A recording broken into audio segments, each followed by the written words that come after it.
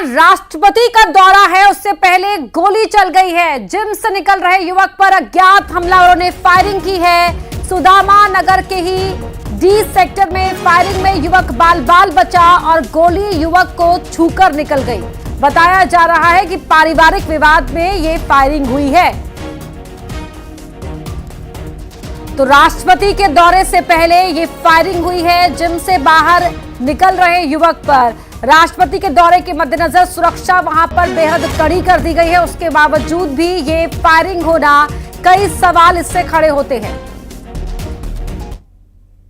कि अविनाश और पिंटू सेन जो कि टैक्सी ड्राइवर है और एयरपोर्ट से यहाँ तक टैक्सी चलाता है, उसको गोली मारने की घटना सामने आई है।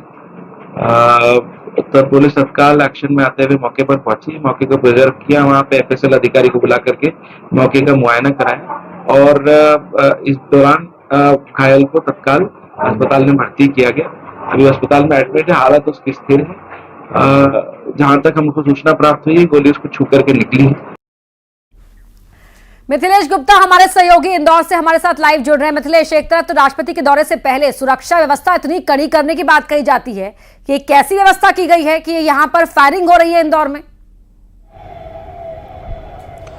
देखिए, अगर इंदौर की बात की जाए तो इंदौर हाई सिक्योरिटी जोन घोषित है, क्योंकि राष्ट्रपति आज इंदौर आ रही हैं और राष्ट्रपति का ये 2 दिवसीय दौरा है और 2 दिनों तक इंदौर और उज्जैन के अलग अलग कार्यक्रम में वो शामिल होने वाली हैं।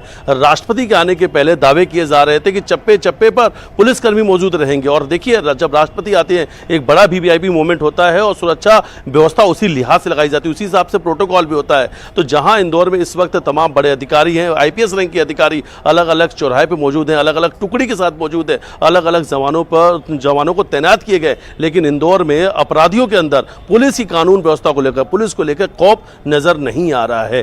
कैब ड्राइवर, टैक्सी ड्राइवर हैं अविनाश, और जैसे आज वो जिम से बाहर निकलते हैं, घात लगा के बैठे हमलावर तत्काल फायरिंग कर देते हैं। गनीमत रही कि जो गोली है गर्दन के पिछले हिस्से को छूते हुए निकल गई। इस वक्त युवक का उपचार चल रहा है, अस्पताल में भर्ती हैं। 2 एंगल अभी तक बात सामने आई, एक पारिवारिक विवाद है, दूसरा उनकी जो पत्नी है, पत्नी से भी किसी बात को लेकर विवाद हुआ था। दूसरा ये भी एंगल पुलिस की जांच में सामने आई है, जिसको लेकर जांच चली है। लेकिन अब कानून व्यवस्था को लेकर बात कर लेते हैं। मिनी मुंबई में पिछले 6 महीनों के अगर ग्राफ की बात करें तो इंदौर में लगातार हत्या, चेन स्निचिंग, लूट, बदमाशी, गुंडागर्दी सब कुछ नजर आ रहा है। लेकिन ऐसे वक्त में जब राष्ट्रपति आने वाली है, चंद घंटों का समय बाकी, उसके पहले इंदौर में फायरिंग हो जाना, 20 सड़क गोली चल जाना, इंदौर की कानून व्यवस्थाओं को लेकर सवाल उठ रहे हैं। उठना भी लाजमी है कि जहां पे दावे किए जा रहे हैं कि तमाम जगह पे पुलिसकर्मी मौजूद हैं, अलग अलग फोर्स लगाए गए, हर चौराहे पे बड़ी पुलिसकर्मियों की संख्या, बावजूद कैसे ये हमलावर बंदूक लेके घूम रहे हैं, हथियार लेके घूम रहे हैं, दिन दहाड़े गोली चला रहे हैं। तो कानून व्यवस्था को लेकर सवाल का उठना भी लाजमी है, क्योंकि राष्ट्रपति के आने के पहले इंदौर में गोली चली है। तो मिनी मुंबई में अपराध बेलगाम है और पुलिस की का खौफ जो है कहीं ना कहीं इन अपराधियों में पूरी तरीके से खत्म होता हुआ नजर भी आ रहा है। ठीक है मिथिलेश, बहुत धन्यवाद आपका इस पूरी बातचीत के लिए। बैतूल में जिला